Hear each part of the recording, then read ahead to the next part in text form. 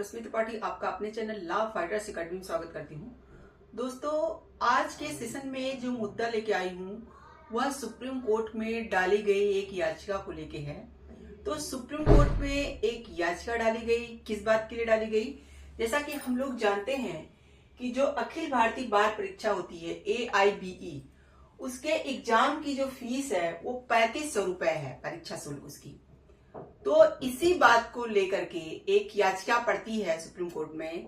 अभ्यर्थियों का ये कहना रहता है कि यह फीस बहुत ज्यादा है और बच्चे इसे दे नहीं पा रहे हैं।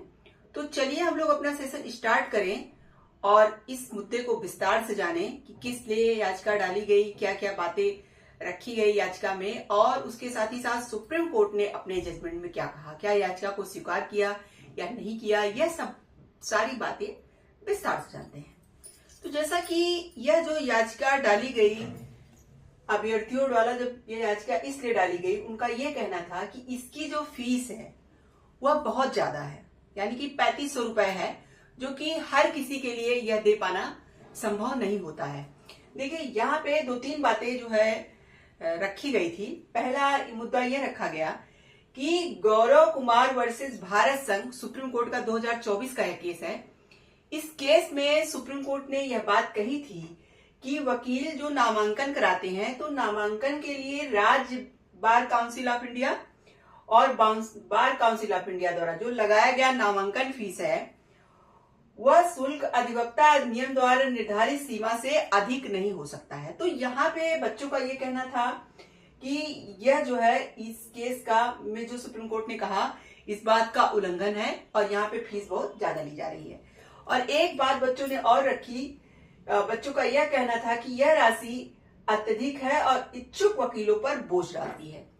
जैसा कि मतलब अभ्यर्थियों का यह कहना था कि जो इच्छुक वकील है, यानी जो वकील बनना चाह रहे हैं और यह एग्जाम देते हैं, 3500 रुपए हर कोई जो है देना हर किसी के लिए पॉसिबल नहीं है, इसीलिए फीस यहाँ पे बहुत ज्यादा है। और एक तर्क उन लोगों ने यह भी रखा कि यह संविधान के अनुच्छेद 14 और 19 का उल्लंघन करती है, अधिवक्ता अधिनियम के प्रावधानों का भी उल्लंघन करती है। तो यह सब बातें रखते हुए वह अपना ये जो है यह याचिका कहाँ ले जाते हैं, सुप्रीम कोर्ट ले जाते हैं। तो देखिए, सबसे पहले हम लोग यह जानते हैं चलिए कि कौन से जज बैठे थे जो इस केस को सुनवाई कर रहे थे और उन्होंने अपने जजमेंट में क्या बातें कही, याचिका को स्वीकार किया या नहीं किया, ये सब जानते हैं।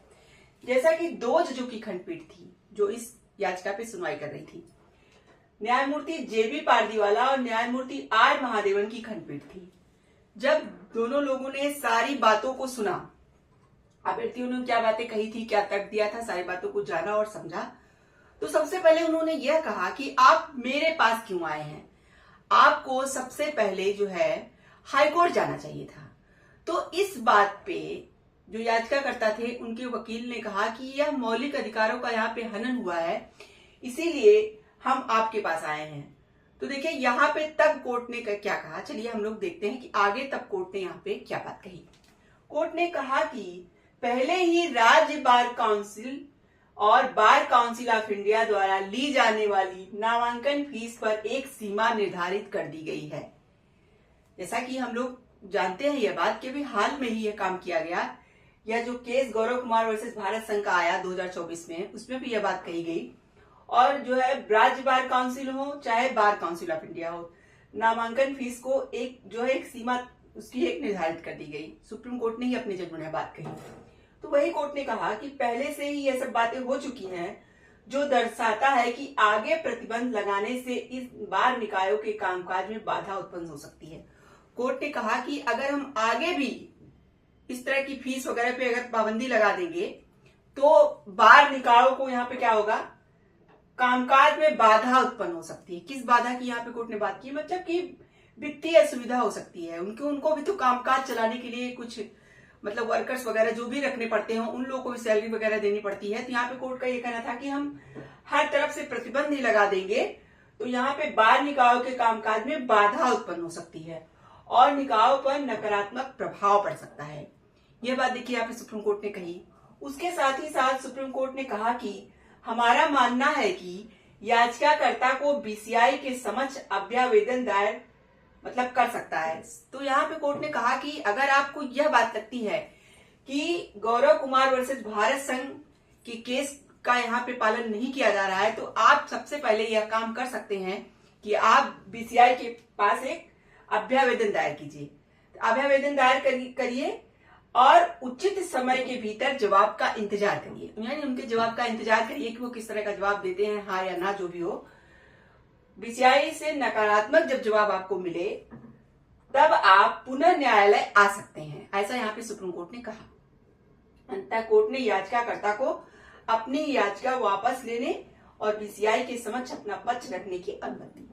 यहाँ पे कुल मिला के कोर्ट ने इनकी याचिका को क्या कर दिया, खारिज कर दिया और एक सलाह दिया कि आप सबसे पहले बीसीआई के समक्ष अपनी बातों को रखिए, अपना पक्ष रखें। जब वह नकारात्मक उत्तर देंगे तब आप फिर से मेरे पास आ सकते हैं, लेकिन इस समय नहीं। और इसके साथ ही साथ उन्होंने यह बात भी कही कि पहले ही हम बार काउंसिल ऑफ इंडिया हो या राज्य बार काउंसिल ऑफ इंडिया हो, नामांकन फीस में हमने पहले ही कम कर दिया है, मतलब एक सीमा निर्धारित कर दी है। तो अगर फिर से इनके ऊपर इस तरह का कोई प्रतिबंध लगाएंगे तो इन बार निकायों के कामकाज में क्या होगा, बाधा उत्पन्न हो सकती है। यही बात की और याचिका को खारिज कर दिया।